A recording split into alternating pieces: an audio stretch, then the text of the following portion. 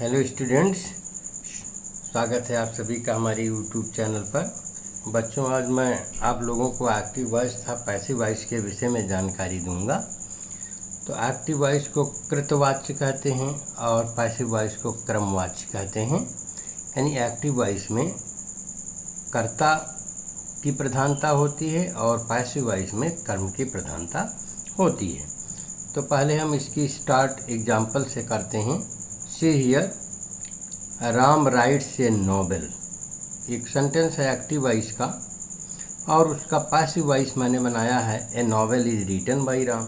इन दोनों वाक्यों को देखें तो इसमें जो सब्जेक्ट है राम, सेंटेंस सब्जेक्ट से शुरू हुई है, इसके बाद में वर्ब आया है और इसके बाद में नॉवेल आया है। ओके, तो इसमें हम क्या इसमें देखते हैं कि जो सेंटेंस है इस सब्जेक्ट से डोमिनेट करता है। यानी एक्टिव वॉइस में सब्जेक्ट डोमिनेट करता है, यानी सब्जेक्ट की प्रधानता होती है या सब्जेक्ट पर हम जोर देते हैं। सब्जेक्ट मेन केंद्र होता है जोर देने का। जबकि पैसिव वॉइस में देखिए, a novel is written by Ram. Okay, इस सेंटेंस में हमने देखा कि जो एक्टिव वॉइस का ऑब्जेक्ट था उससे वाक्य की शुरुआत की गई है।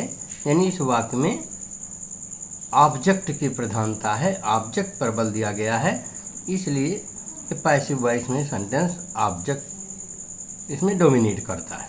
ओके, अब दोनों में डिफरेंस देख लीजिए कि जब जनरल जो एक्टिव वॉइस है इसमें सब्जेक्ट वर्ब और ऑब्जेक्ट होता है, लेकिन जब पैसिव वॉइस में हम इसे ट्रांसफॉर्म करते हैं तो क्या किया, जो ऑब्जेक्ट था एक्टिव वॉइस का उसको मैंने सब्जेक्टिव केस में कर दिया और सब्जेक्ट को ऑब्जेक्टिव केस में कर दिया। और इसके बाद सहायक क्रिया लगाया और इसमें पास्ट पार्टिसिपल कहें या मुख्य क्रिया की तीसरी अवस्था लगाई गई। इसके बाद बाई लगा करके ऑब्जेक्ट लगा दिया गया। यानी जो जनरल रूल है एक्टिव वॉइस से पैसिव वॉइस में बदलने का वो इस तरह का है। यानी एक्टिव वॉइस में जब वाक्य होगा तो उसमें सब्जेक्ट वर्ब और ऑब्जेक्ट होगा, लेकिन जब पैसिव वॉइस में आप उसे करेंगे तो एक्टिव वॉइस के ऑब्जेक्ट को यहाँ सब्जेक्टिव केस में लिख लेंगे, यानी कर्ता बना लेंगे। फिर हेल्पिंग एचपीबी का मतलब हेल्पिंग वर्ब या ऑक्सिलरी वर्ब लगाएंगे, फिर मुख्य क्रिया की तीसरी अवस्था, फिर बाई लगाएंगे। इसके बाद एक्टिव वॉइस का जो सब्जेक्ट होगा उसे ऑब्जेक्टिव केस में आप बना लेंगे, यानी ऑब्जेक्ट कर देंगे। ओके, तो इतना आपको समझ में आ गया सामान्य नियम क्या है।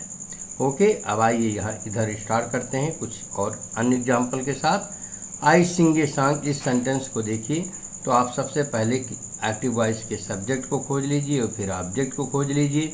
और जब ये आपको पता चल जाए इसके बाद आप टेंस का पता कर लीजिए, तो आपको टेंस का पता चल जाएगा कि किस टेंस का है और उस टेंस के अनुसार आप सहायक क्रिया लगाएंगे। ओके, तो ये सॉन्ग आप इस रूल का फॉलो करते हुए, ये सॉन्ग सिंगुलर है इसलिए इज लगाइए, प्रेजेंट इंडेफिनिट है इसलिए सहायक क्रिया लगाई और एमबी थर्ड संग बाई मी। ओके, यहाँ पर आप देखें ये मी हो गया है, तो आपको यहाँ ये ध्यान दे रहा है कि पर्सनल प्रोनाउन के जो पर्सन्स होते हैं उनके सब्जेक्टिव केस को ऑब्जेक्टिव केस और ऑब्जेक्टिव केस को सब्जेक्टिव केस में बदलना आपको आना चाहिए। ओके, तो सी हियर, जो पर्सनल प्रोनाउन का जो फर्स्ट पर्सन का प्रोनाउन है आई और बी, ये सब्जेक्टिव केस का है और इसका जो ऑब्जेक्टिव केस होता है मी या अस। इसी तरह सेकंड पर्सन का जो प्रोनाउन है यू, इसका सब्जेक्टिव केस यू होता है और ऑब्जेक्टिव केस भी यू ही होता है इसका। अब थर्ड पर्सन में जब आएंगे प्रोनाउन में तो ही सी, इसका ऑब्जेक्टिव केस हिम और हर, इट और दे, इसका इट और देम होता है। तो आपको ये आना चाहिए, यानी इसी को यानी सब्जेक्टिव के किसी ऑब्जेक्टिव को सब्जेक्टिव में और सब्जेक्टिव को ऑब्जेक्टिव केस में मुझे करना होता है। ओके, तो देखिए आई का जो ऑब्जेक्टिव केस मी था यहाँ पर कर दिया गया। इसी तरह नेक्स्ट सेंटेंस को हम देखते हैं, समवन सिंग्स ए सॉन्ग। यहाँ पर देखिए आप, हाँ यहाँ पर एक चीज़ और आपको बताना चाहूँगा कि बच्चों यदि मान लीजिए यहाँ पर आई के जगह पर राम होता या श्याम होता, किसी का नाम होता, तो याद रखिए कि प्रॉपर नाउन्स का ऑब्जेक्टिव केस और सब्जेक्टिव केस दोनों एक समान होता है। तो समवन सिंग्स ए सॉन्ग, यहाँ पर देखिए आप ऑब्जेक्ट है ये सॉन्ग और समवन है। समवन इसमें कोई निश्चित सब्जेक्ट का पता नहीं चल पा रहा है। ओके, जब इसका पैसिव वॉइस बनाएंगे तो ये सांग, इसके बाद सिंगुलर है, प्रेजेंट इंडेफिनिट है, इज लगाइए, और इसके बाद संग बाई। बाई समवन अगर आप लिखते हैं तब भी सही है और नहीं लिखते हैं तब भी सही है, क्योंकि इससे किसी निश्चित कर्ता का पता नहीं चल पा रहा है। ओके, इससे किसी निश्चित कर्ता का पता नहीं चल पा रहा है कि काम कौन करता है।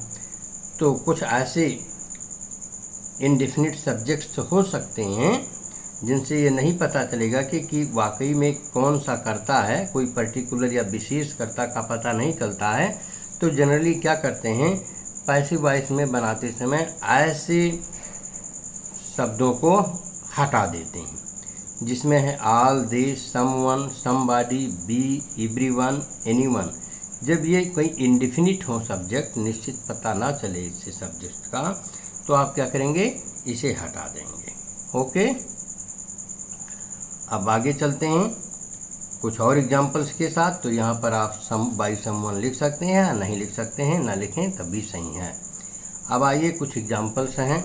Great man love their country, इसको देखिए आप, पैसिव वॉइस आप बनाएंगे इसका। ही नेवर टेल्स ए लाई, कभी झूठ नहीं बोलता, बहुत सरल है। आप ऑब्जेक्ट पता कर लीजिए। तो डियर कंट्री हो गया, कंट्री एक ही वचन है, इज लगाइए, प्रेजेंट इंडेफिनिट है, लव्ड थर्ड फॉर्म है, बाई ग्रेट मैन हो गया। इसी तरह ए लाई सिंगुलर है, a lie is never told by him. Okay, ये आपका बन जाएगा।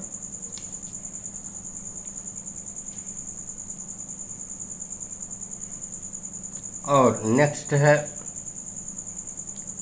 Devdutt shot down a swan. इस सेंटेंस को देखिए बच्चों, इसमें शॉट डाउन है यानी मुख्य क्रिया की दूसरी अवस्था यूज हुई है।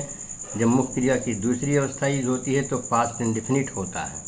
ओके, तो जब पास्ट इंडेफिनिट होता है तो इसमें सहायक क्रिया हम क्या लगाते हैं, वाज लगाएंगे या वर लगाएंगे। सिंगुलर के साथ वाज और प्लूरल के साथ वर लगाते हैं।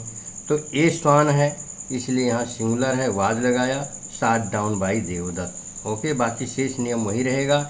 इसी तरह the police did not arrest the thief, ये देखिए डिड नॉट लगता है पास्ट इंडेफिनिट में, तो आप द थीफ को आप सब्जेक्ट बना लीजिए और थीफ एक वचन है, वाज लगा के नॉट लगा दीजिए, शेष नियम वही है। ओके,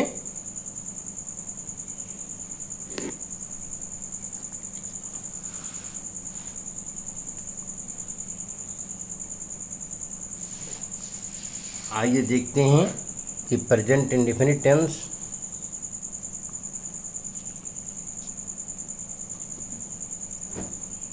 जब प्रेजेंट इंडेफिनिट टेंस में हो एक्टिव वॉइस तो किस तरह का वाक्य होता है। अगर अफर्मेटिव है तो उसमें सबसे पहले सब्जेक्ट लिखते हैं, सब्जेक्ट के बाद में अगर सिंगुलर है तो क्रिया में एस लगाइए, अगर प्लूरल है तो ऐसे लिख देते हैं, एम बी फर्स्ट, फिर ऑब्जेक्ट होता है। यदि निगेटिव का सेंटेंस है प्रेजेंट इंडेफिनिट का तो आप उसमें सिंगुलर के साथ डज नॉट, प्लूरल के साथ डू नॉट लगाइए, फिर एम बी फर्स्ट लिखिए, फिर ऑब्जेक्ट लिख देंगे। इंट्रोगेटिव है तो इसी हेल्पिंग वर्ब से डू और डज से वाक्य स्टार्ट होगा, सब्जेक्ट के पहले लगाएंगे, सिंगुलर के पहले डज और प्लूरल के पहले डू लगाएंगे, फिर एम बी फर्स्ट लगाएंगे और ऑब्जेक्ट लगाएंगे। हाँ, ये ध्यान रहे कि एक्टिव वॉइस में प्रेजेंट इंडेफिनिट के कभी भी इजैम आर नहीं दिया रहेगा और ना इजैम आर लगाया जाता है। ओके, एक्टिव वॉइस में, पैसिव वॉइस में वही लगता है। अच्छा, अगर क्वेश्चन वर्ड का आपने यूज किया है तो क्वेश्चन वर्ड से सेंटेंस स्टार्ट होगा, डू डज आप लगाएंगे, और अगर सब्जेक्ट सिंगुलर है तो डज लगाइए, प्लूरल है तो डू लगाइए, और मुख्य क्रिया के प्रथमावस्था ऑब्जेक्ट और अंत में साइन ऑफ इंट्रोगेशन लगाएंगे। और जब पैसिव वॉइस में इसे करेंगे तो क्या करेंगे, सब्जेक्ट के साथ में इजैम आर लगा दीजिए। ओके, फिर मुख्य क्रिया की तीसरी अवस्था, फिर बाई ऑब्जेक्ट वही जो इसके पहले आपको बताया है।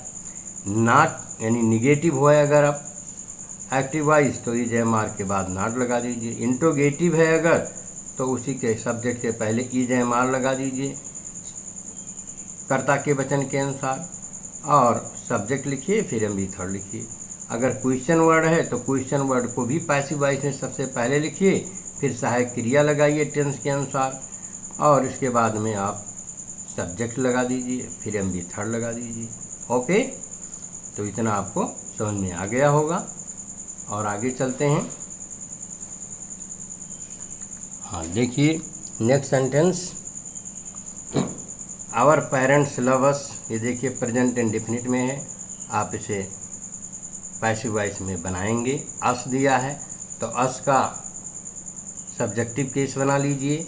ओके, अस का जब आप सब्जेक्टिव केस बनाएंगे तो यहाँ बताया था अस का बी होता है, आप ऐसे कर लेंगे।